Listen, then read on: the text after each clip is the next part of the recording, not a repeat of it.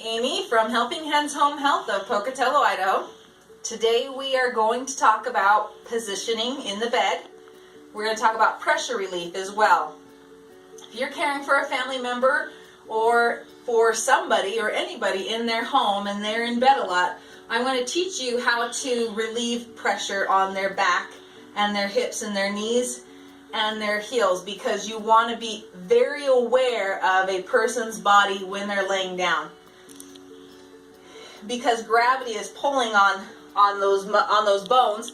They're going to cause some pressure sores in the shoulders, the hip, the spine, on the sitting bones. The heels are a very prominent spot to get sores. So you do need to be aware when a patient is laying down, you've got to watch out for their body, those body areas that can cause breakdown. So the basic and the most simple thing to do is to have them roll to their side. So we're going to have her roll to her side, and I'm going to put this pillow tucked underneath here, and then I'm actually going to have her roll back. Okay? Now you can see as we're rolling to the side, we are relieving pressure on her right hip and her right shoulder. Okay? Another positioning thing you can do, and at home, you can use pillows, blankets, anything that has a bit of cushion in between, because that will help cushion these joints. That might be a bit much. How does that feel? Good? Okay. You also want to be aware of how they are on each other too. So I would even almost come down here as well to get some blanket to cushion in between the feet. Okay, so in this position, I would want to leave her 45 minutes to an hour. And I know that seems like it's kind of a short period of time, even though repositioning a patient does take a lot of the time during the day, because you want to be careful with their body. Also, if you notice her hand, if I had a patient that had any kind of edema in her hand, I would want to be very, very careful with how this hand was drooping down, because if you're any kind of edema in your hand, your gravity is going to be pulling it down. So we want to work up against gravity, and we're going to reposition this hand so that it does not flow down.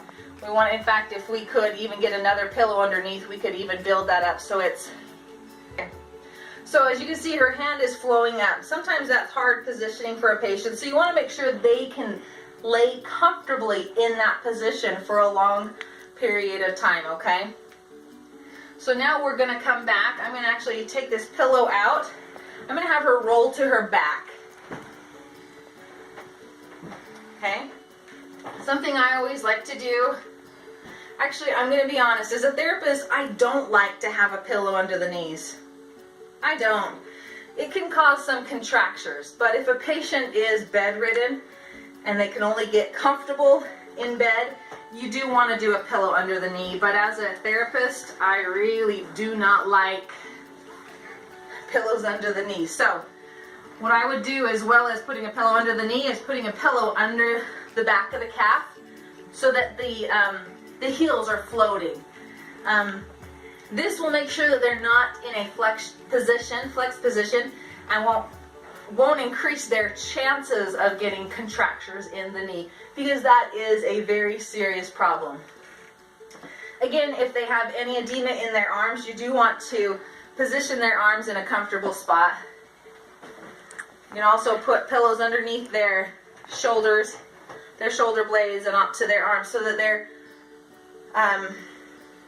positioned better to relieve that.